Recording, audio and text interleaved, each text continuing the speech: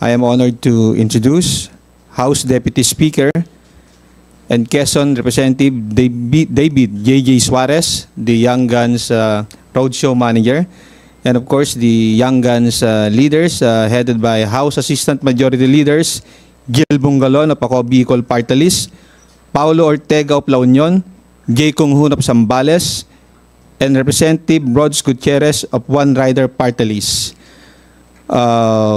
For today's first question, may I call on Marian Enriquez from TV5. Good morning po. For Kong Jill Bungalon, kasi 3 a.m. na, I guess, almost 3 na po natapos yung budget hearing kanina.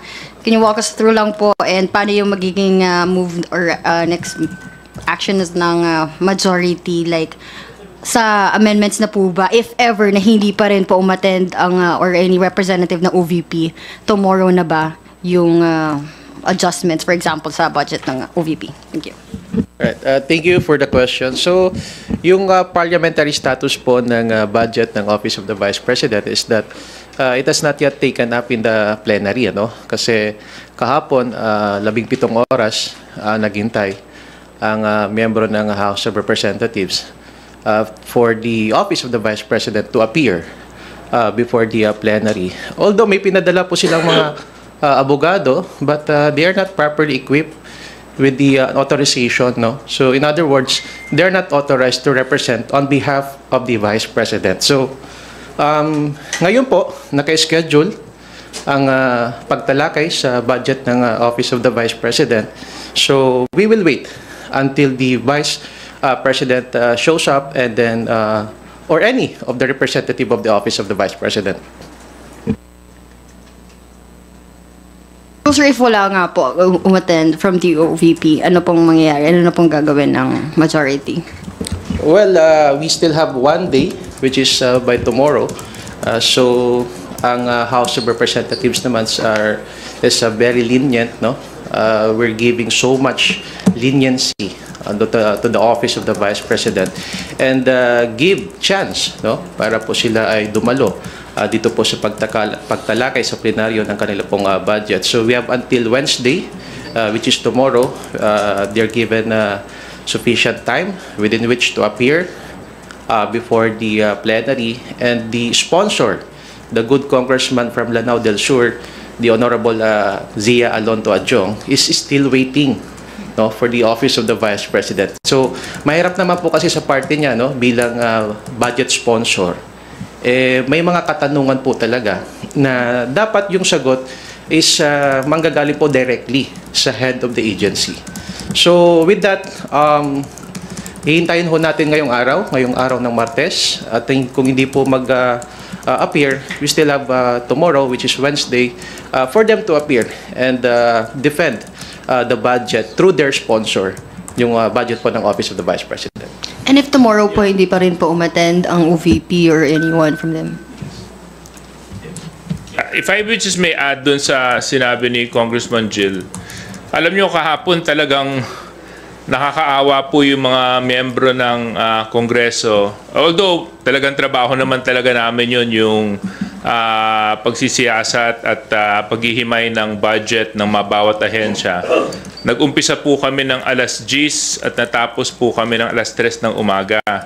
At kahapon po, nakaschedule po yung Office of the Vice President at 10 a.m. Unfortunately, the Vice President was not available. She was not present. And also, neither was a letter explaining her absence was presented to the committee. Furthermore, there was no letter authorizing any representative to represent the Office of the Vice President in yesterday's proceedings. So, inantay po namin yung kabuuan ng Lunes at umabot na po ng Martes, kakaantay kasi lang wala pa rin po. So, ngayon, tulad ng sinabi ni Congressman Jill, aantayin pa rin po namin kung ano po ang magiging aksyon ng Office of the Vice President hanggang bukas. So we will provide every opportunity for the Office of the Vice President to come and be present during the plenary debates. I think it is only but necessary for every head of office to make themselves available in such a crucial period because we are tackling the budget by which the office will be operating on the following year. So we have to give dignity and respect to the office that they represent, at ang isang pinakamagandang pagpapakita nito ay syempre yung pagpunta dito sa Kongreso, kasi bahagi naman po talaga to ng legislative process, bahagi po talaga to ng ating demokrasya, bahagi po talaga to ng tinatawag po natin transparency and accountability na pinatutupad po natin sa ating pamahalaan. Maybe hear the comments from other distinguished So guests. add lang yung kay Kong JJ, they very much put it well, yung kay Jay, sa Kong Jay saka kay Kong Jill. Pero sana wag naman po silang paasa kasi sunod-sunod na po yung events, nakikita nyo naman po, Chronicle. Ngayon, hanggang Wednesday po, we're extending the full courtesy at saka yung of course, yung pagrespeto po sa Office of the Vice President ay binibigay po ng House of Representatives. Pero mahirap po ang paasa, saka wag naman silang paasa. Kung Paulo, yung sinasabi na wag pasa, yung uso din ba sa budget process yung ghosting na tinatawag? Oo nga, no? Pero ano na ngayon, hindi na August. Extended.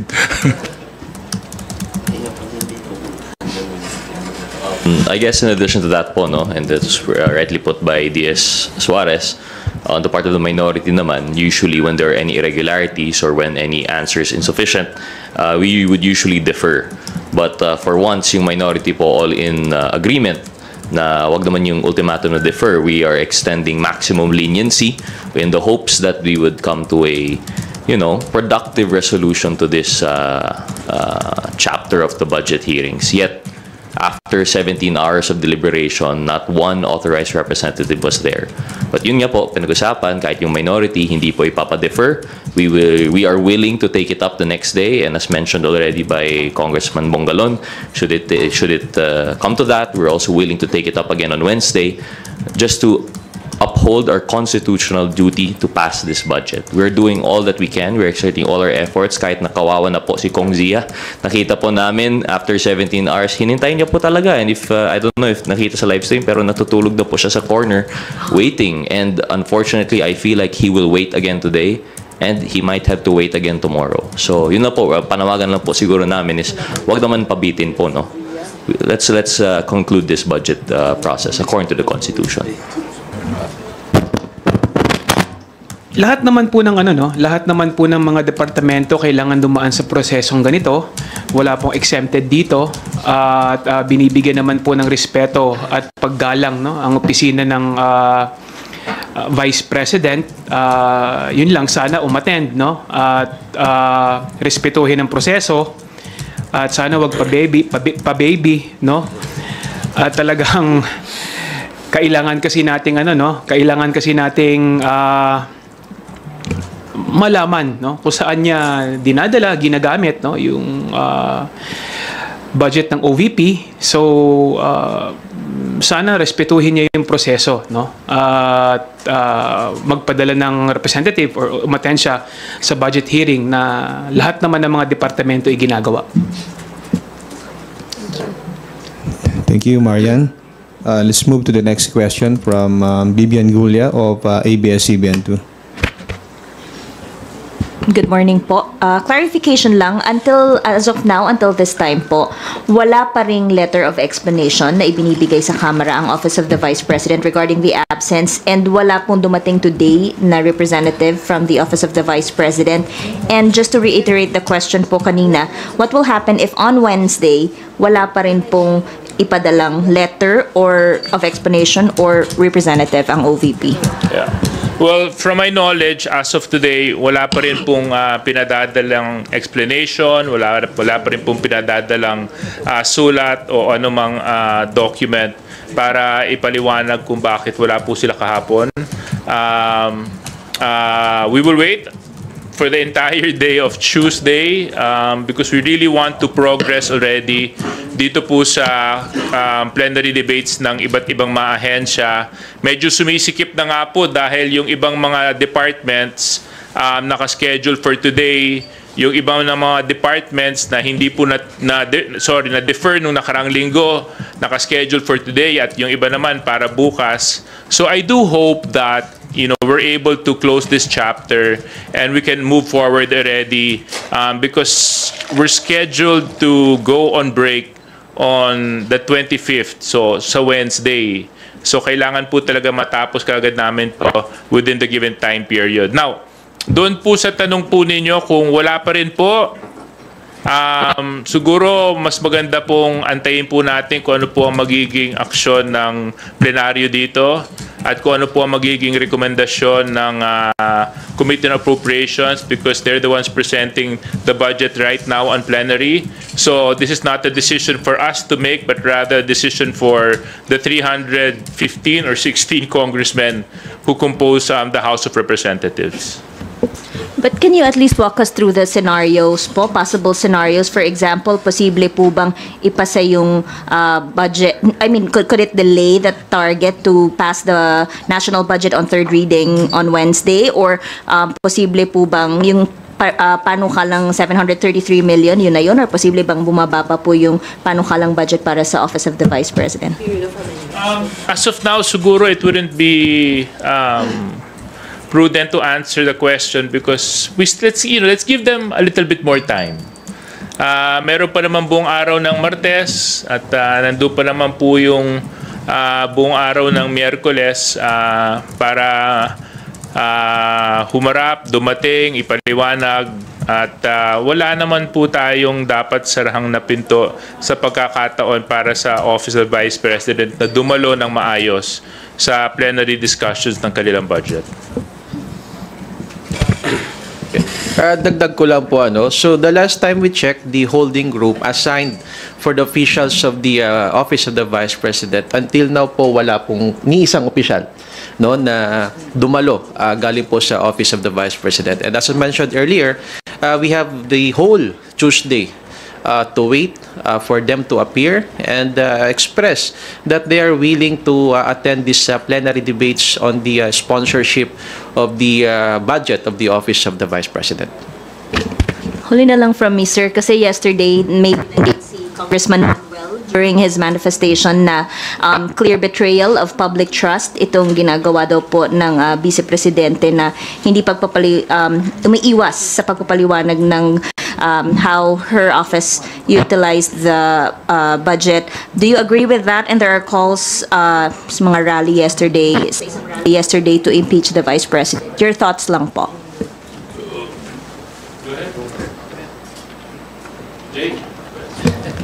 Well,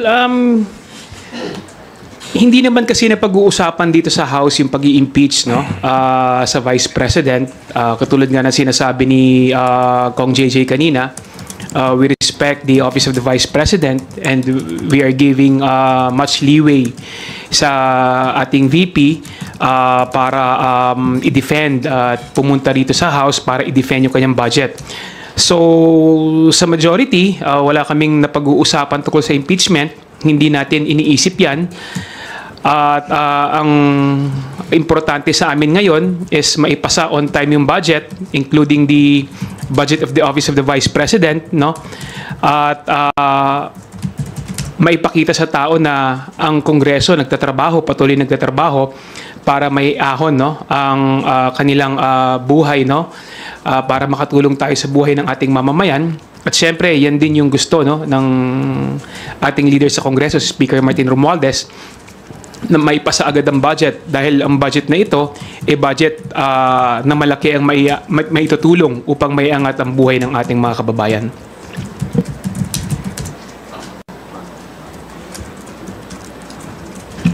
Siguro in addition to that po, yung konsepto po natin sa pagboboto, dito po nanggagaling yung concept of public trust. Kapag tayo po ay nagboboto, we as the public repose our trust and confidence that the elected official will uphold his or her constitutionally mandated duties. So when an official who is supposed to appear before the House and defend his or her budget fails to do so, to an extent, betrayal po of public trust yun. That is true. It is the betrayal of that duty, constitutional duty, for his or her part in the budget process. But yung to the point naman po, ma'am, na sinasabi na impeachment, I think that's, yun nga po, as sabi ni Kong Jay, wala naman po yun on the table in the House, di man pinag-uusapan, and you have to consider the degree of the public trust that has been betrayed. But just to be purely technically po, it is in a way betrayal of public trust. But whether it would amount to impeachment, masyadong malayo naman po yun. Ayun na po masabi naman. For my part, I totally understand where Congressman Manuel is coming from. The frustration that he has felt in the past few weeks with regards to the issues confronting the Office of the Vice President with regards to their funds, fund management, and how it was utilized, and much more yesterday na nakaschedule po yung Office of the Vice President for plenary discussion. At yung hindi po pagsipot dito ay talaga namang I mean, pagpapakita po, personally, I'm disappointed. I mean, I would have expected more. I mean, this is such an important part in the budgetary process. And if you can see, and if you have seen in the past few days, weeks, secretaries are here waiting for more than 10 hours just so that their department can be presented in plenary. And no one is excused from this process. So I do understand the frustrations of Congressman Manuel, and I do respect where he's coming from. And with regards to that, I'm still hopeful na sana itong mga darating na araw naman, di ba? Dumating, magpaliwanag para matapos na po natin ito. Thank you. Next up, we have a question from Billy Vegas of Abante Politico. Magandang umaga po. Hingi lang po ng reaction kasi it appears po based dun sa mga lumabas sa social media na galing sa beach si VP. So nakapunta siya sa beach pero hindi siya nakarating sa budget deliberation. So ano pong thoughts niyo doon? Kung totoo man yun, sir, mapasana all ka na lang talaga. Kasi kami, dire-diretso po yung trabaho dito sa House. Siyempre, napaka-importante nga po nung na-highlight na exercise ng budget deliberations. Clear naman po sa statements ko from previous na press cons na hindi namin napag-uusapan yung impeachment.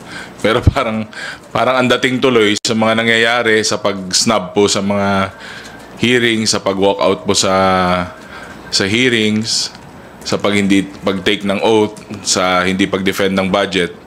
Parang hindi po siya interesado sa trabaho at sa pagiging active po bilang Vice President. Siguro, ewan ko, baka ako lang to, baka magpa-file siya o tatakbo siya. Baka ibang gusto niyang position. Kaya medyo ibang treatment niya sa Office of the Vice President. Well, for me, no, nakaka-disappoint, no, because we expect so much from her. At nakakalungkot dahil talagang nakita naman natin na yung mga kasamahan natin, kami dito sa Kongreso, nagtatrabaho talaga ng ng hanggang madaling araw para maipasa yung batas. At yun nga, ipinagpaliban yung budget niya kahapon. Tapos kung totoo man, malalaman natin na siya ay naliligo sa beach, nagbi-beach, no, nagpapakasarap. Samantalang yung mga tao dito sa Kongreso nagpapakahirap, no, para ipasa yung budget for 2025. Talagang nakaka-frustrate, no. Talagang sana humarap na lang siya rito, no. Tapusin natin yung budget hearing, pumunta siya dito, i-defend yung budget ng OVP, gawin yung kanyang mandated constitutional na responsibility na i-defend yung budget ng OVP. So, nakakalungkot na nagkaroon tayo ng Vice President na talagang kinakalimutan yung kanyang trabaho at yung kanyang responsibilidad, no, na gawin, no, yung kanyang constitutionally mandate na trabaho para lamang mag-beach, no, kung totoo man yun. For my part, this is bigger than the Vice President per se. Ang daming personnel, ang daming tao, ang daming mga empleyado na nasa ilalim ng Office of the Vice President. So dapat iniisip din nila yung kalagayan nito. Kasi kung walang budget to, paano yung sweldo nila sa susunod na taon? Paano yung operating expense ng Office of the Vice President kung wala sila? So I mean, this is not a matter of personality, but a matter of position that she has been elected to, and that she needs to hold dear to her heart, especially the responsibilities that come with it. And some of those responsibilities may be difficult. Some of those responsibilities may be hard. But those are responsibilities that have to be done. And one of those responsibilities is coming to Congress, standing for your agency, and supporting your budget. So with regards to the photo in the beach, hindi ko pa po kasi, although I've seen the article, seems like it's a nice beach. Siguro pag may time tayong lahat at wala na tayong masyadong gawa, siguro maganda makapunta din tayo doon para makita natin. What's the mood in the house? If she doesn't show up, I think right now, siguro nasa level na po ng frustration. so if she doesn't show up or send a legal representative, I'm not very familiar with the process, but she doesn't have to show up here personally, diba? It's not in the rules. But Yes, yes. authorized representative has to Yes, be here. So paano kung walang mangyari doon until tomorrow? What's the mood in the house? I think we'll definitely cross the bridge once we get there. You made an excellent point. I think it was 2 years ago, and may her soul rest in peace. Secretary Toots Ople, I was defending the budget ng DMW. She wasn't available for plenary debates because she was in the Kingdom of Saudi Arabia at ina-address niya yung issue ng mga OFWs natin doon na hindi pa nababayaran. Kaso lang, nagpadala siya ng sulat at nagpaliwanag siya kung bakit hindi siya makadalo. At bagamat hindi po siya nakadalo, kumpleto naman po yung mga USEC at ASECs ng DMW na nandoon. So, doon tinanggap po yun ng plenary. Now, with regards to the second part of your question, kung ngayon at bukas hindi pa rin siya dumalo, again, tulad ng sinabi ko kanina, I cannot preempt the actions of the House members. It will have to be discussed by Congress and by all of us kung ano po ang mangyayari sa budget ng Office of the Vice President. So at the bare minimum, you'll be satisfied with her sending a letter of explanation and sending an authorized representative? Well, I think I'll be satisfied with whatever. I mean, when I say whatever is legally binding for us to actually continue on with the budget proceedings. I think for her part and for any agency's part, alam na naman po nila kung anong kailangan nilang gawin para makapag-progress na po tayo sa budget process. Ang problema po kasi hindi natin masagutan diretso yan kasi first time lang po mangyayari ito na isang departamento walang ipinadalang representative, hindi nagpakita yung kanyang mga tauhan, so first time nangyari ito at tama naman po si Kong JJ na talagang kailangan pag-usapan ng majority at miyembro ng Kongreso kung anong gagawin dahil nga first time nangyari ito na walang representative, wala yung department head na hindi sila umattend sa budget hearing ng kanilang departamento. Well, just to give a reaction on that matter, so unang-una, naghintay po yung miyembro ng House of Representatives for the Vice President to appear before the plenary and help the sponsor to answer the questions. So there are photos and even videos circulating that on the Monday morning, nandun po siya sa isang beach in Camarines Norte. Sa amin po yun, sa Bicol region. So maganda kasi na-promote pa po yung Calagwas Beach. In other words, Ibig sabihin po nito, wala ho talagang intensyon, no, na dumalo dito po sa pagdinig sa plenaryo upang i-sponsor at i-defend ang budget po ng OVP. Sapagkat kung meron po siyang intensyon, dapat Sunday man lang nandito na po siya sa Manila. O kaya naman, nakipag-communicate po siya sa office ni Congressman Adjong para magkaroon po ng briefing at i-prepare man lang at mapaghandaan po ng budget sponsor ang mga katanungan ni tatanong po sa OVP. So, pangalawa, consistent naman po yung Vice President natin.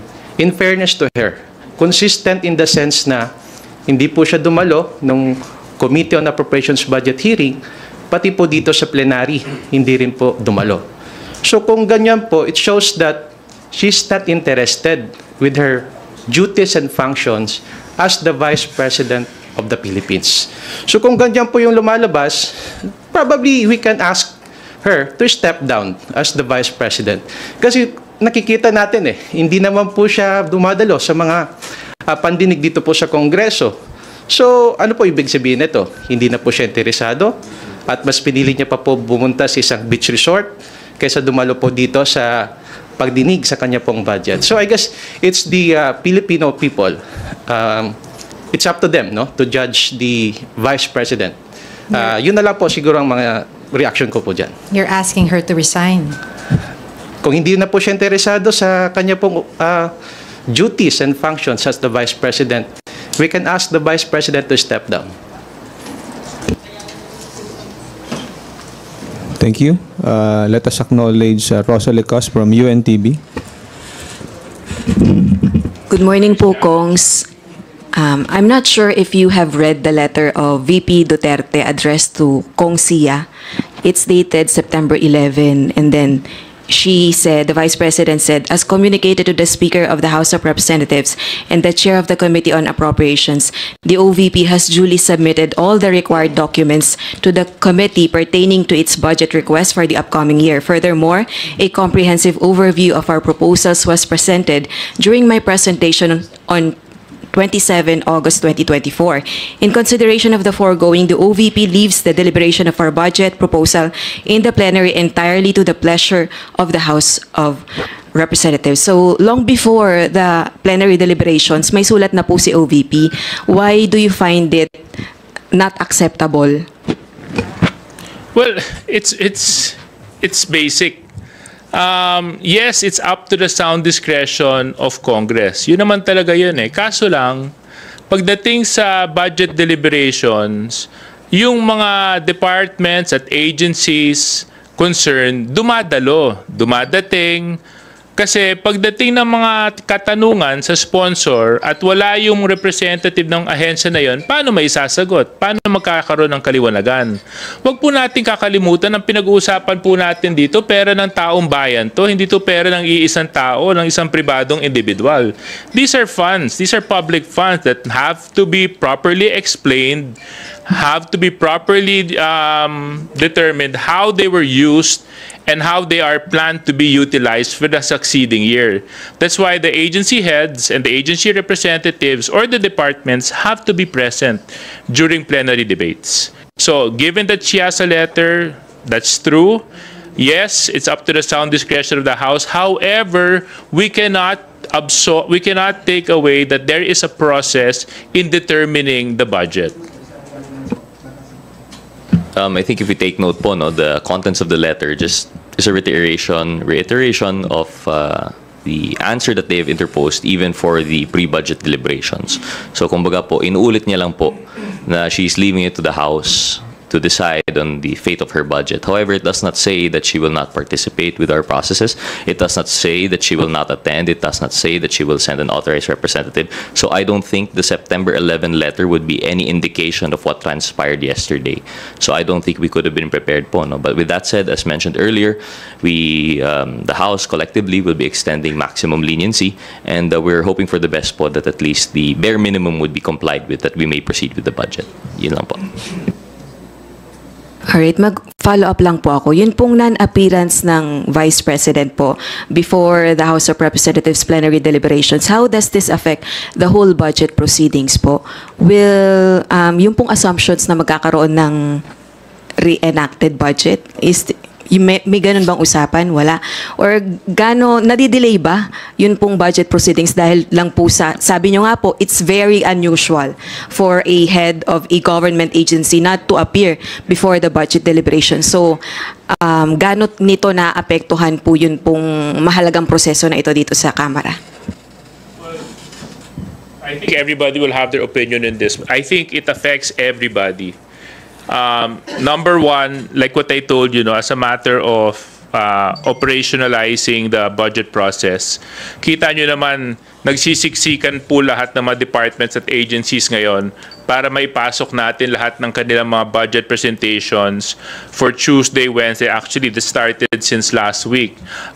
Not to mention, we have congressmen sleeping at 4 a.m., waking up at 9 a.m. just to make sure that they are here, present, doing their responsibilities. So with this, there's a certain gray area as to where and how po natin isisingit. But like what I told you kanina, we will extend all courtesy and leeway, and kung necessary, magpupuyat tayo para lang antayin siya. Kasi lang ang mahalaga, wag naman po natin i-disrespect yung proseso dahil bahagi po talaga ito ng demokrasya. Kung lahat naman po dumadaan sa ganito, bakit exempted? Di ba? Walang exemption dito. Everybody has to go through the process. So, with that being said, you mentioned an issue about reenacted budget. I don't think that is within any real means, because so far naman all the other departments and agencies have fully complied with the requirements of the law. So, ito lang naman talaga yung issue lang talaga ng Office of the Vice President, yung medyo hindi pa namin maintindihan. Ako personally, hindi ko talaga maintindihan kung bakit hindi na lang dumalo dito para, matapos na to. To add lang po, siguro para mas maintindihan po ng mga viewers din po na iba. 'Di ba? Sabi nga po nila sa classroom, merong batas. Naalala niyo pa 'yon? Bawal lumabas, bawal lumabas. Para kami nasa classroom. Kung may sakit ka, may excuse letter ka. Kung nag-absent ka, absent ka. Kung nag-half day ka, absent ka. Kung nag-cutting ka ng classes, absent ka pa rin. So, absent, wala. Hindi po siya nag-attend, hindi nag-participate. Kung nandyan man, hindi nasagot po yung mga tanong, lalo po nung briefings. Kasi nga, meron pong statement, meron siyang script na ginamit. Syempre, makikita nyo yung frustration sa House. Kahit basahin nyo yung mga statements, yung mga letters, oo, may mga semantics, may mga salita po tayo nakikita doon. Pero, ang isang batas, ang isang regulasyon po na halimbawa itong pinapatupad namin, itong exercise namin sa House of Representatives, syempre kailangan mo naman tignan yung kaluluwa kung anong ginagawa namin dito sa House of Representatives. Yung budget deliberations po. Bayad kami ng taong bayan para busisiin, magtanong, gumawa ng naakmang mga batas para mas maayos ma-implement po yung mga ganitong programa, like for the case of the Office of the Vice President. Pero may trabaho po sila, may obligasyon sila dito at bayad sila ng taong bayan para dumating po dito at sagutin yung mga tanong na para po mas maging efficient po yung proposal nila for the next year. So ganun lang po kasimple. Dagdag ko lang po well, of course, definitely naapektuhan po yung budget process. It causes delay, And of course, I would like to emphasize that we cannot sacrifice the entirety, the national budget, because of one agency. We have to remember that we keep on mentioning this. Ito pong General Appropriations Act is the most important piece of legislation every year, because we are talking about the national budget. We are talking about the programs to be funded, especially yung mga social services program, ayuda, programa sa mga mangingisda, sa atin pong members of the agricultural sector. So in other words, kung ito po ay mai-delay at hindi po ay maipasa sa tamang oras, the negative impact is that we will have a reenacted budget. And when we speak of reenacted budget, kung ano yung budget this present year, that will be the budget for next year. So affected yung mga programa na kailangan taasan yung pondo, mga programa na dapat kailangan na busisiin. So that is the essence on why it is very important ito pong budget process. So if meron pong isang ahensya ng gobyerno na makaka-apekto po, definitely we will not allow that because masasacrifice po yung the entirety of the budget of the Republic of the Philippines. So as much as possible, we are doing our jobs here as Vice Chairperson po ng Committee on Appropriations. Gusto namin planchado lahat ng budget ng kada ahensya ng gobyerno. Pero kung meron pong mga ganito na ahensya ng gobyerno, well, definitely hindi po kami papaapekto dahil it is our constitutional mandate to pass the budget on time para hindi po masakripisyo yung pondo ng taong bayan for the next fiscal year, which is on 2025. Salamat po. Okay, thank you. Well, yung reenacted budget na sinasabi ninyo, no, para sa budget ng OVP, it is not possible, no? Hindi posible yun dahil napaka-imposible nun kasi nga talagang nagtatrabaho ang mga miyembro ng Kongreso para ipasa yung budget on time.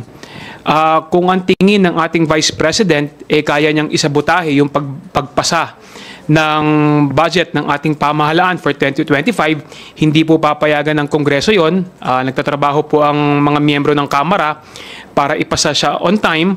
At sana maisip din ng ating Vice President na dyan din nakasalalay sa budget ng OVP yung mga nagtatrabaho sa kanyang opisina, yung mga merong plantilla positions sa opisina ng Office of the Vice President na kailangan ng sweldo, kailangan ng trabaho. Sana maisip din niya yon na hindi naman po pwede na lagi na it's all about her. Kailangan din niyang isipin yung mga nagtatrabaho sa kanyang departamento. So yung reenacted budget ng OVP, it is impossible, hindi mangyayari po yun dahil hindi papayagan yun ng Kongreso. Just an addition lang po, no? Usually po when you speak of your enacted budget, you're talking about the whole budget. And this usually happens pag may substantial issues, meaning the parties don't agree in the direction of the budget or the leadership is unable to keep everything in line. In this case po, I think procedural lang naman po ito. It's just a procedural issue. The budget process of Congress is slowing down to accommodate the certain personalities to appear, to be heard, to be fair, to be lenient. And I think the leniency afforded on this procedural issue will have its limit, and we will not sacrifice the budget for the sake of this, procedural lapse. The substantive must reign, and still we will pass this budget. It's just that what we're trying to say here is that the budget will wait for no man. But in this case, it is a woman. So, yun po. Before we recognize Big Sumintak from Net25, we will acknowledge again Marian Enriquez for a related question. Sorry, follow-up lang po dun sa question ni Ate Maki. Kong Jill said, kung hindi na siya interesado, VP Sara, sa trabaho niya, we can ask the Vice President to step down. Is that the sentiment of the entire House, T.S. Suarez? Again, sorry, I didn't catch the part. Kong Jill Bongalon said earlier po na kung hindi na interesado si VP Sara sa trabaho niya, we can ask the Vice President to step down. Is that the sentiment of the entire House? Well, that's clearly the clear sentiments being shared by a lot of members. Kasi, alam mo, ano yun trabaho yun, responsibility. Kaya nga ako, iniisip ko, kung hindi kaya resign siya ng DepEd, tapos ito rin mangyari sa budget ng DepEd, ano kaya nangyari sa mahigit na, ilang kayang teachers ang umaasa sa DepEd na empleyado natin? Thousands yun, di ba? So, I mean, tayo lahat elected. Kami mga halal. Kami pinagkatiwalaan para maglingkod. May trabaho kaming dapat gampanan. Bahagi ng trabaho to Bahagi ng responsibilidad to. So bahagi talaga to na as head of agency, as head of department, you have to go through the process. And this is just bigger. This is not even about her. This is about the office of the vice president, the second highest position of the land. And you have to put respect and due courtesy to that office. And to simply show up and do your work, I think it's the least that she can do for the office of the vice president.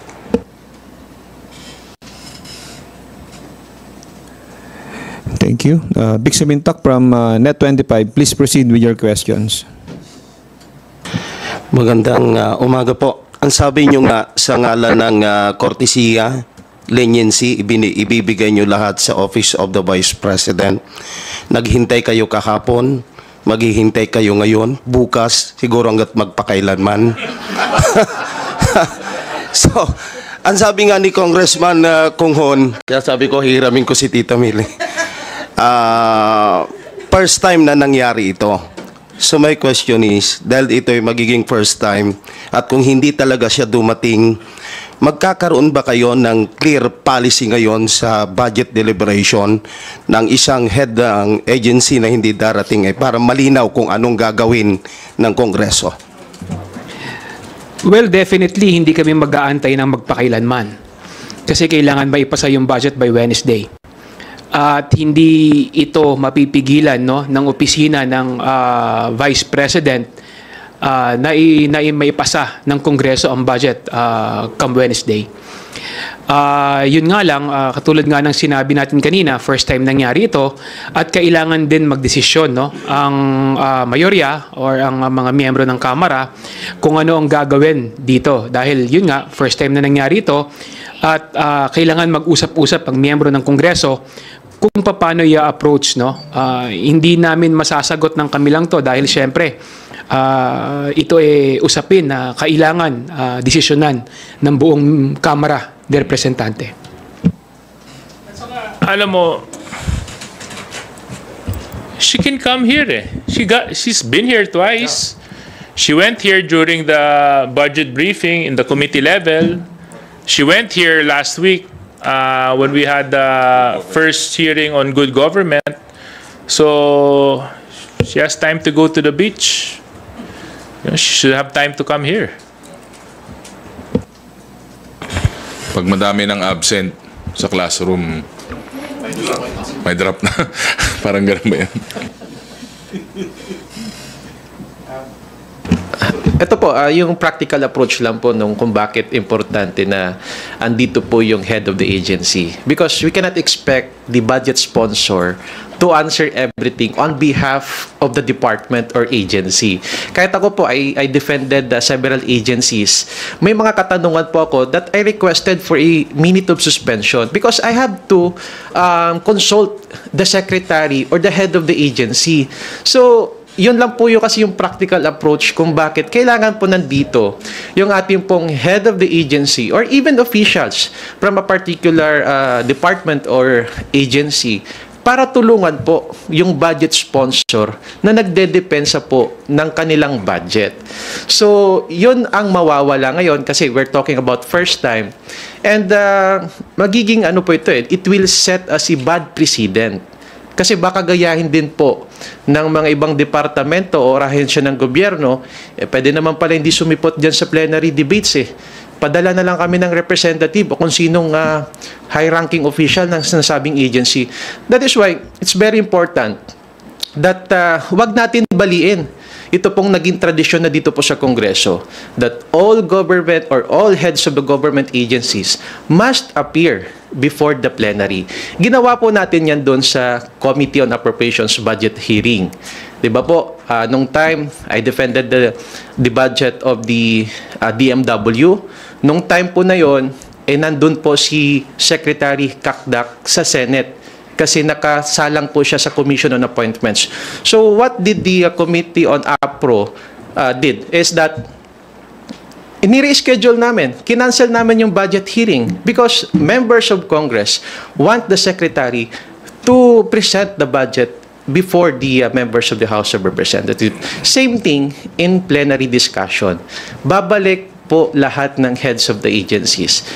to aid, to help the budget sponsor in defending their respective budgets. So, yun po yung practical application kung bakit kailangan at importante na yung head of the agency ay nandito po sa plenaryo. In addition lang, the congressman defends the budget, pero we are not the disbursing officer. Hindi naman kami yung tagagastos ng budget. We justify the budget, we defend the budget, but hindi kami yung tagagastos, no? So, kailangan mismo kung sino yung gumagastos ng budget, dapat sila yung naandito para sabihin kung paano nila ginagastos yung budget ng ahensya. At yun yung nakakalungkot, no? At yun yung nakakaawa sa sitwasyon ni Kong Sia. Maraming katanungan ng mga miyembro ng Kongreso na siguradong hindi niya masasagot pag wala rito yung mga opisyalis ng OVP. Dahil sila yung nag-disburse, sila yung gumastos, sila yung gumamit ng pera. At sila pa rin yung gagamit ng pera nitong 2025. So, kailangan nandito sila para ipaliwanag kung paano at saan nila gagamitin yung budget na ipinagkakatiwala sa kanila ng mamamayan. Just to add lang po siguro, I think we're all in agreement here that we will not shift our rules for accommodating incidents such as this. On the part of the minority naman po, there might be a confusion, no, that we might be happy if there is no one to help the budget sponsor to defend it. We can say whatever you want. But that's far from the truth. Hindi rin naman yun yung gusto namin. What we're here for in the budget is to find answers, to seek answers, to clarify, to explain bakit po ganito yung budget. When you don't have a resource person around to aid the budget sponsor, not so much as to defend, but to to put substance into the budget, it becomes a lost cause. So, and I think regarding the rules, this is the first time lang po siguro, and hopefully it is the last. This would be the first time that an official has failed to reach the bare minimum of decency to at least appear po, no? Or at least send a representative. But we're still hopeful that this would not be repeated, and we're still hopeful that the bare minimum of attendance would be, continued by other members. So I don't think we will have to change our rules for this po. Thank you. The next question. May follow-up lang. Right, go ahead, Vic. Just Sorry. one follow-up na lang po. Based on your explanation nga po na hindi nyo babaliin yung rules ng plenary regarding budget deliberation. So, is it possible na kung talagang hindi siya darating as a matter of parliamentary procedure, may miyembro na tatayo na lang mag-move to adopt the recommendation of the Appropriations Committee?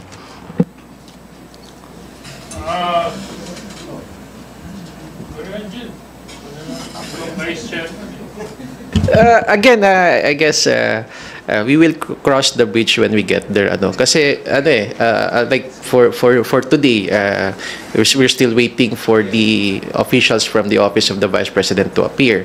So malay nyo magkaroon po ng himala, mamayang hapon dumating. Di at least hindi mangyayari yung nabanggit po ninyo, sir, no? So but then again, it's up to the members of the plenary. Hindi naman natin control kung ano pong decision po, lalong-lalo na sa members of the minority, wherein ang dami po nilang questions dun po sa budget ng OVP. So let's wait and see kung ano po yung magiging takbo nitong diskusyon sa budget po ng OVP. Thank you, Vic. The next question comes from Lenesca Panti of GMA Online. Ay, good morning po, Lenesca. Ay. And sir, good morning po. Given the absence of the Vice President as of the moment, would you say that the House Appropriations Panel's recommended 733 million budget for OVP is a justified one, and the 2 billion is unjustified?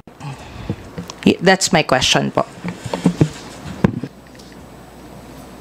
You can't answer that question whether justified or not because we haven't even tackled it on the floor. And the reason why we can't tackle it on the floor is because she's absent. She's not here.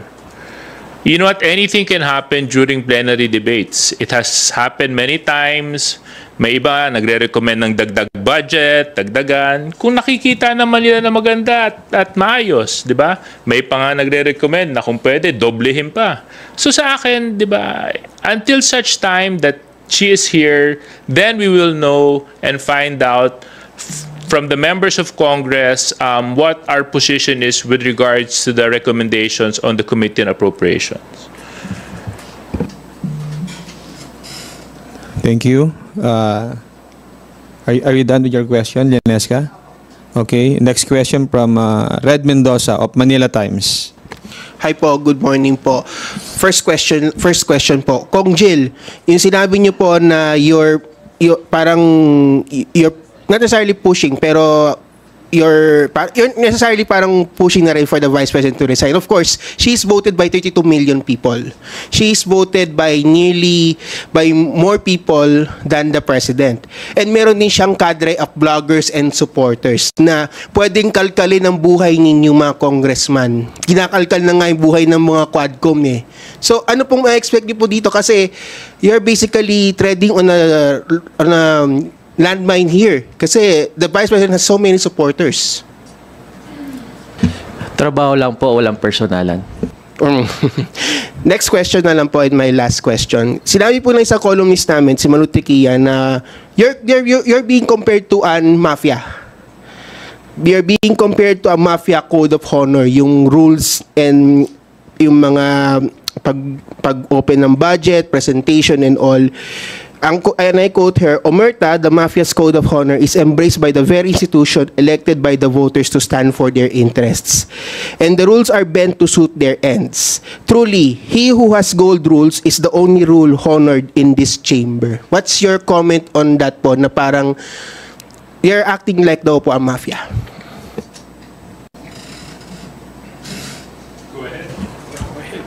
She's entitled to her own opinion. Bahala siya. As Kong Jill said, we're just working with the rules here. We're nagtatrabaho lang po kami. I appreciate the questions, Red, no, but they seem to be politically charged. So I think we'll just leave our work to speak for itself po siguro.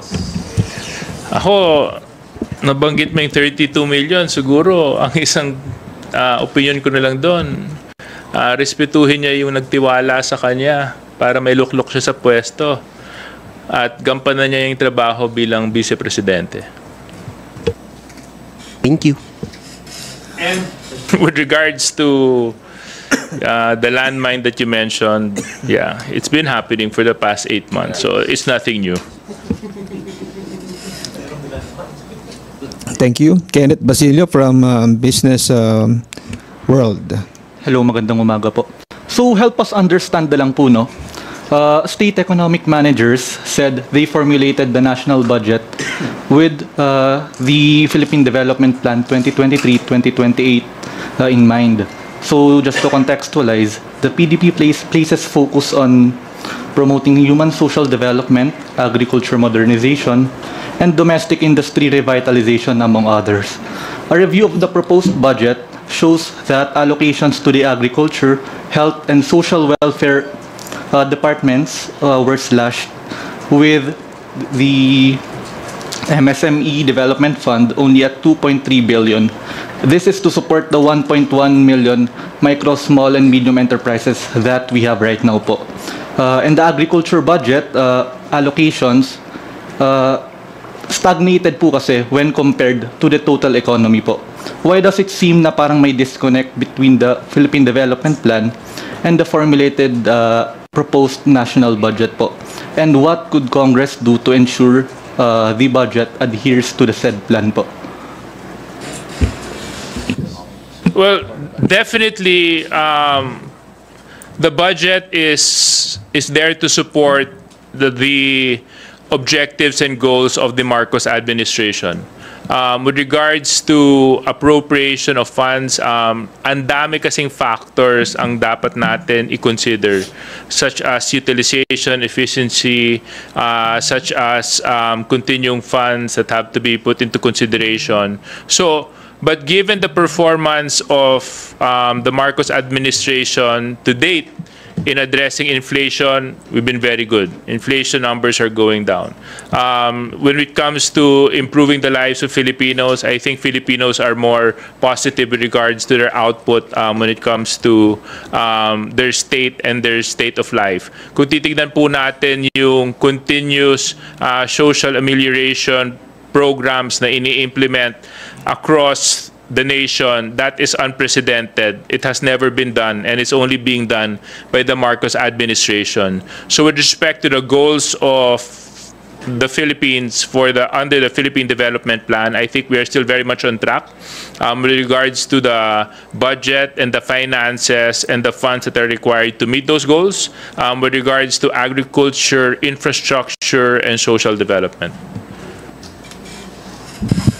Yun din, to add lang. Alam naman po natin, usually, pag nasa ground ka, sinasabi nila yung Philippine Development Plan is napakagandang wish list. Sinasabi nila yan eh. Pero I beg to differ na alam natin na inaaral po yan bago naman po hinahain ng NEDA yan eh, na pag-aralan po maigi yung mga plano saka mga pangangailangan po ng national and local governments. Pero ang realistic side po niyan, hindi naman po lahat kasi talaga mapopondohan. Saka medyo kukulangin pa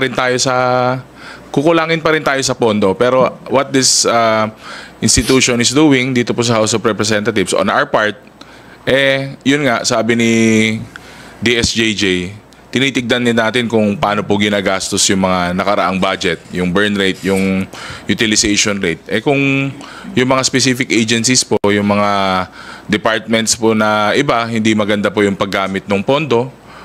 Kunwari, meron pong utilization rate na 3% lang. Bakit ganun po? So, siguro, hindi po karapat-dapat na mabigyan pa ng prioritization yung mga sectors na yun. So, it's really a tight balancing act, pero syempre wala naman pong sino mang leader o sino mang head ng ahensya na hindi po gustong mapondohan lahat ng priority na programs niya. Just in addition lang po siguro in relation to the question, I think the government is still committed to following these development goals, if ever. But just for consideration po, it's not as simple as just looking at the budget in which departments were slashed. As mentioned by Congressman Ortega, definitely one thing that we look at is utilization rate. As much as we want to prioritize certain departments, when their utilization rate doesn't justify it, we can't give them the whole amount. But in addition to that, we also have to consider that some of the development goals, for example, if we're talking about agriculture, if we're talking about social amelioration, they don't necessarily fall. For example, pag agriculture, lahat ng programa nun nasa DA lamang. Or if we're talking about social amelioration, lahat yan nasa DSWD. We actually have a lot of interrelated projects. So while you may see a slash in a certain department, sometimes they're boosted by programs which fall under other departments. For example, we're talking about agriculture, in DPWH, the component in flood control now also include water catchment. So that actually comes into irrigation. So you might see a decrease in the DA, but with the increase in DPWH, interrelated pa naman po siya. And I understand there are other programs and projects that relate to convergence. So talagang there's an interplay between departments. And we leave it to the executive to propose to us through the DBM, which they feel, according to the economic managers, would be most helpful to our economy. So I think that's something lang that we should consider when looking at, it's not as simple as look at which departments are slashed. We have to consider the whole of government approach in relation to the programs and projects na pinopropose po nila. Yun na po. Mag-add lang ako dun kay Jill, maikli lang. Tama po si Jill, no? Meron din po yung mga parang rerouting din po ng projects. Like, traditional buildings are usually not getting the same amount of funding, but mas may focus po sa green buildings, yung mga solars, may mga ganyan na po. And, syempre, alam po natin, bitin po yung mga funding for that, but the national government is being helped out by international private agencies, saka mga nagbibigay po ng grant na other organizations in funding po yung mga said na green buildings, sustainable buildings, solar powered buildings, yung mga ganun po na infrastructure projects as well. Follow up lang po. So may nakausap po kasi akong isang analyst, budget analyst. Ang sabi po niya, the government was unable to provide bigger budget allocations to the said departments po due to the limited fiscal space resulting from bloated unprogrammed appropriations po from the previous year. So, to contextualize lang po, yung unprogrammed appropriations po kasi natin for the 2024 budget, more than doubled to 731 billion po. Ayun po, ano yung nakikita natin dito sa unprogrammed appropriations, and sa tingin, do we think po ba na lolobo pa ito this coming budget po? Also yung sa pork barrel po, may comment po kasi yung analyst na parang pork barrel po yung unprogrammed appropriations. Well, the concept of unprogrammed appropriations is that it is valid under in every year's budget. Kung halimbawa may ipinasa pong batas, no, na kailangan pong pondo, yun po doon sa unprogrammed appropriations kukunin. And of course, if there are programs and activities or projects of the government na kailangan ng additional funding, that could be a source of the funding wherein doon po kukunin siya sa unprogrammed appropriations. So it's not a pork barrel, no, because part ito ng ating pong national budget every year. My take has always been, a matter of being pragmatic. I used to be governor for almost 9 years. Throughout a term, ang dami mong mga madadaanan na mga problema na kung walang elbow room at walang leeway yung isang chief executive, hindi mo properly magagampanan yung trabaho mo. So you have to provide enough ample room and enough leeway for agencies, for departments to do work for things that are sometimes unforeseen. Also, meron din kasi mga pagkakataon na tumataas yung revenue collection mo. So therefore, there are certain projects that can be funded, and these oftentimes fall under that category. So we have to provide enough leeway and enough elbow room for agencies and departments to succeed and to perform their duty. So, dagdag na lang, of course, alam naman natin na unconstitutional ang pork barrel, no? Klaro naman po na that the national government has to be responsive sa needs po sa changing needs. Hindi natin alam kung anong pwedeng mangyari in the next 5 months, 6 months. So sabi nga ni Kong JJ, yung konting space na yon has to be responsive for changing time. So we need to adapt as well.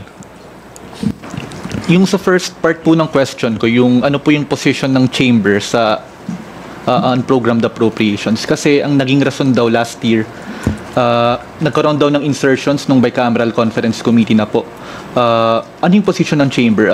Are we against yung increasing by yung further allocations to the unprogrammed appropriations for next year, or ano po yung position natin? The best is hanggat hindi pa natatapos yung budget process, we'll wait for our answer once the process is complete, because that we will find out kung ano ba talaga ang itsura ng 2025 General Appropriations Act. Remember, we're still on the second stage. We're still here in plenary debates. After this, may papasa po namin yung HGAB. The Senate will be coming up with their own analysis, with their own process, and after the Senate approves their version, we will have to meet as a bicameral conference committee and then propose the 2025 General Appropriations Act. And then after that, it will have to go through the President. And of course, we know that the President has veto power over certain items in the budget. So it's still so early in the game to come up with an opinion on a statement on something that it's not even there. So until it's final and until it's actually real already, I will hold my opinion still then. No? Last follow-up question na po. Please wrap up. We have sige, two more questions. Okay. Yung sa DOH, ano po natin budget, no? It was deferred, yung DOH budget po natin, it was deferred kaninang madaling araw, no? Ano ba yung mga agencies na nakikita natin na magkakaroon pa ng mga ganitong contentious debates pagdating sa budget allocations, and how does the chamber plan to, move forward with this? This is the beauty of democracy, where everybody's position and opinion matters when it comes to plenary debates. Where congressmen, if they feel that their answers are not properly responded to by the sponsor, talaga minsan nade-defer po talaga yung budget. Nangyari po to sa DNR noong nakarang linggo, kaya it had to be rescheduled. Kaya nga mahalaga na nandito yung Vice President. 'Di ba? Kaya mahalaga ko, paano kung nangyari yung sitwasyon na naituloy yung hearing, tapos may mga nagtanong, tapos hindi maisagot ng sponsor kasi wala yung magpapaliwanag. Ano ngayon ang mangyayari sa proseso natin? So that's why, this is just part of the democratic process. So with regards to that, yes, it can happen, but that is the reason why Congress is working around the clock, like literally around the clock. Isipin nyo kagabi sa mga nandito at nakipuyat, 3:00 na ng umaga na tapos ang session, and now we're still working. So feeling ko baka mamayang umaga, baka ngayong araw ng Martes, uumagahin pa ulit ang Kongreso sa paghihimay ng 2025 budget. Thank you, Kenneth. Before we hear the last two questions from Mela and Marian, we will entertain first a phone-in question from GMA Des, from Jenna Balauro.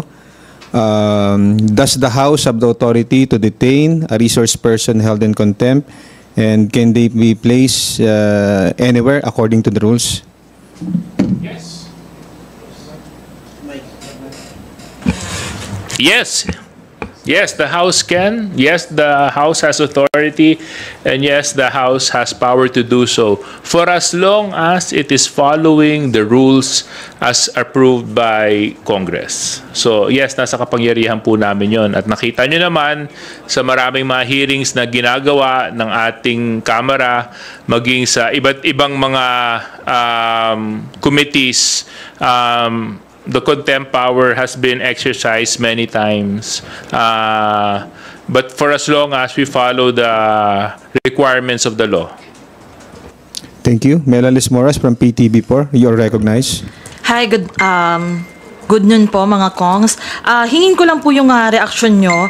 Nagkaroon po ng bagong survey na inilabas ang Tangere Survey about sa satisfaction and trust ratings ng top government officials. Si President Marcos ay tumaas ng yung satisfaction na ng 46.4% at yung trust ratings na tumaas din ng 58.8% na. Si Vice President Sara Duterte bumaba po 48.7% yung satisfaction rating, and yung trust rating 56.8%. Si Speaker Romualdez, tumaas din yung survey, yung satisfaction and trust ratings ng sa 46.3% at 56.4%. Maging yung survey yung ratings ni Senate President Francis Escudero at Chief Justice Alexander Gesmundo, tumaas din po. Ano pong masasabi nyo rito?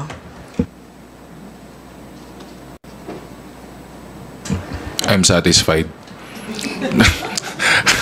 Hindi, sa mga nakita ko yan kaninang umaga actually habang nagbe-breakfast ako.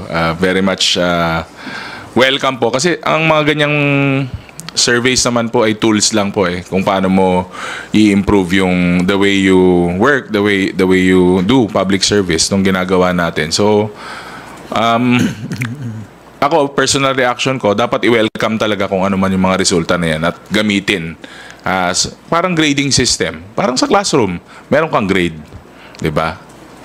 O kung delikado ka sa grado mo ngayon, kailangan mag-improve ka sa mga susunod na buwan. Thank you. Well, from my point of view, I think it only means one thing. Performance will always beat politics. So the more that you work, the more that you do your work, the harder that you work, and the better that you perform your duties, the Filipino people will recognize this and the Filipino people will respond to this positively. Nakita naman natin itong nakalipas na mga buwan, yung ikot ng ating Pangulo sa iba't ibang probinsya sa paghahatid ng tulong, sa pag-address ng mga issues na hinaharap ng ating bansa. And of course, when it comes to the work of Speaker Martin Romualdez, we have seen the same how do you say it, degree in dedication sa mga ikot po ng mga BPSF, sa paghahatid po ng mga tulong sa mga nangangailangan. At ngayon, dumadaan tayo sa budget process. And this is a collective effort, of course, of the 19th Congress. And I'm happy for the numbers that they have received. And I hope this will further inspire the administration to work harder, because the Filipino people need people who are serious and who are willing to work for the Filipino people. Well, congratulations kay President BBM. Congratulations kay Speaker. Nakikita naman kasi talaga natin yung kanilang kasipagan at talagang hinaharap nila head-on yung problema ng ating bayan. Hindi sila nagtatago, hindi sila umiiwas, at talagang ginagampanan nila yung tungkulin sa ating mamamayan. Talagang napakasipag ng kanilang pag-iikot. Talagang gusto nilang makita, makausap lahat ng sektor ng ating mamamayan, lalong-lalo na yung sa ating mga kababayan sa Mindanao, ating mga kababayan sa Kabisayaan, talagang pinupuntahan nila. So talagang hindi na tayo magtataka kung nakikita at nararamdaman ng ating mamamayan yung trabahong ipinapakita ni President BBM at ni Speaker Martin Romualdez. Thank you. Last question for today, Marian Enriquez from Channel 5. Sige. Pero si Gab muna, kasi medyo related kay VP yung tanong niya.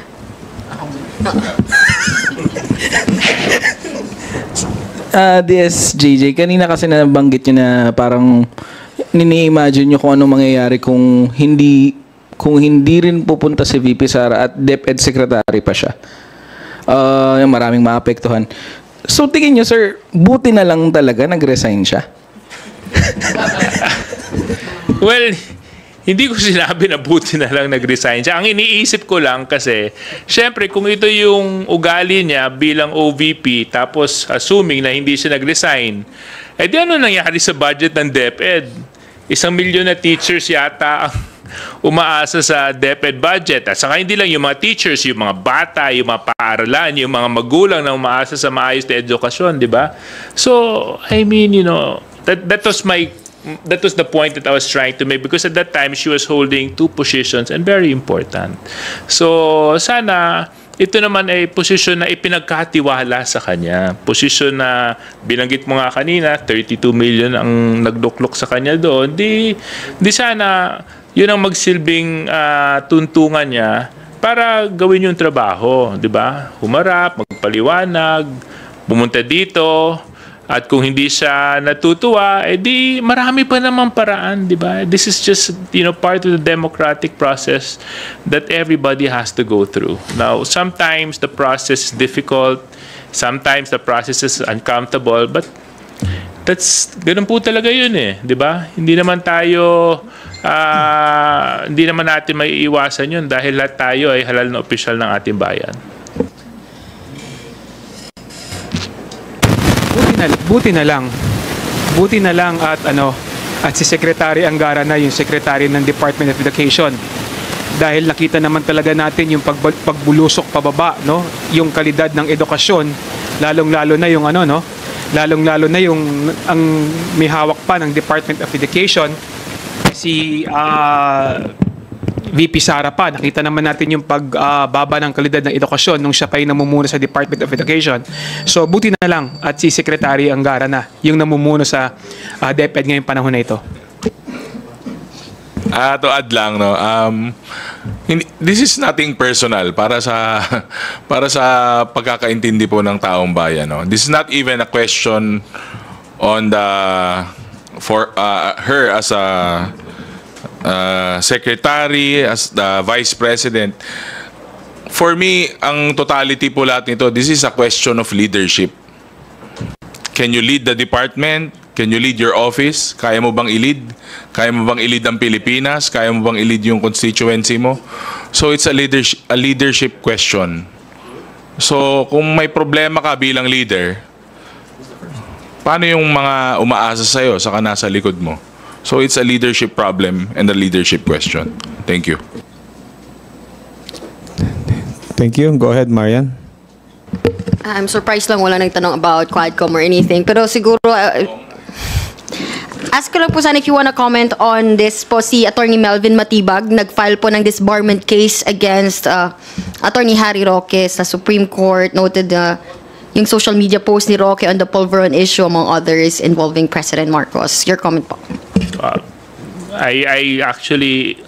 I've only come across that now. Kailan siya nag-file? This morning. Oh. Okay. Well, I hope even if sinong nag-file? Melvin Matibag?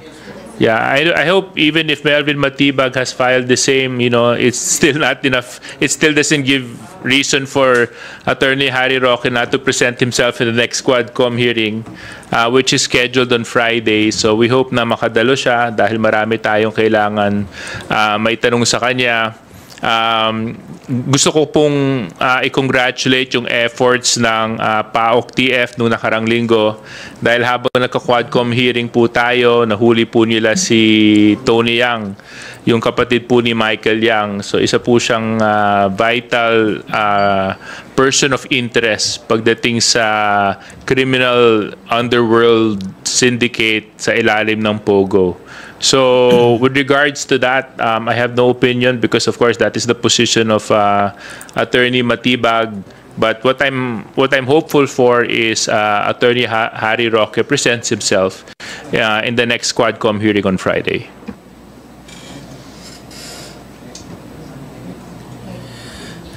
Okay. Before we conclude our press conference, we invite our distinguished guests to share their very short closing remarks.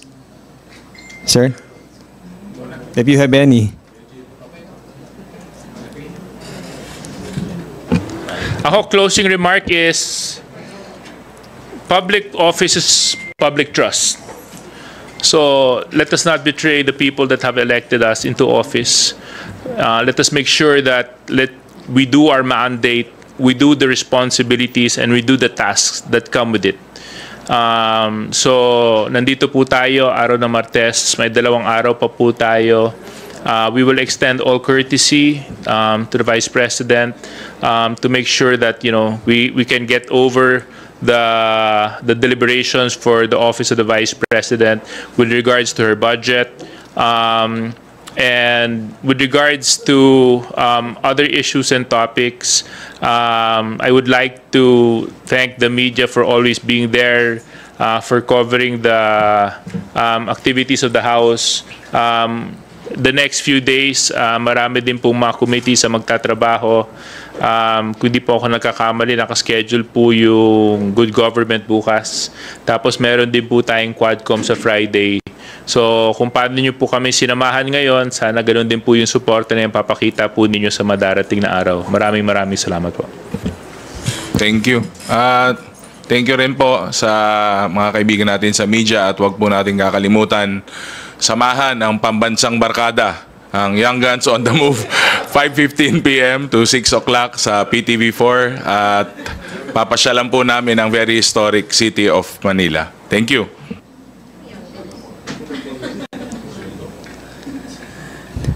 Thank you, Deputy Speaker Suarez, Assistant Majority Leaders Conghun, Ortega, and Bungalon, and Representative Gutierrez. Thank you for joining us today. Sa inyong lahat, magandang tanghali po.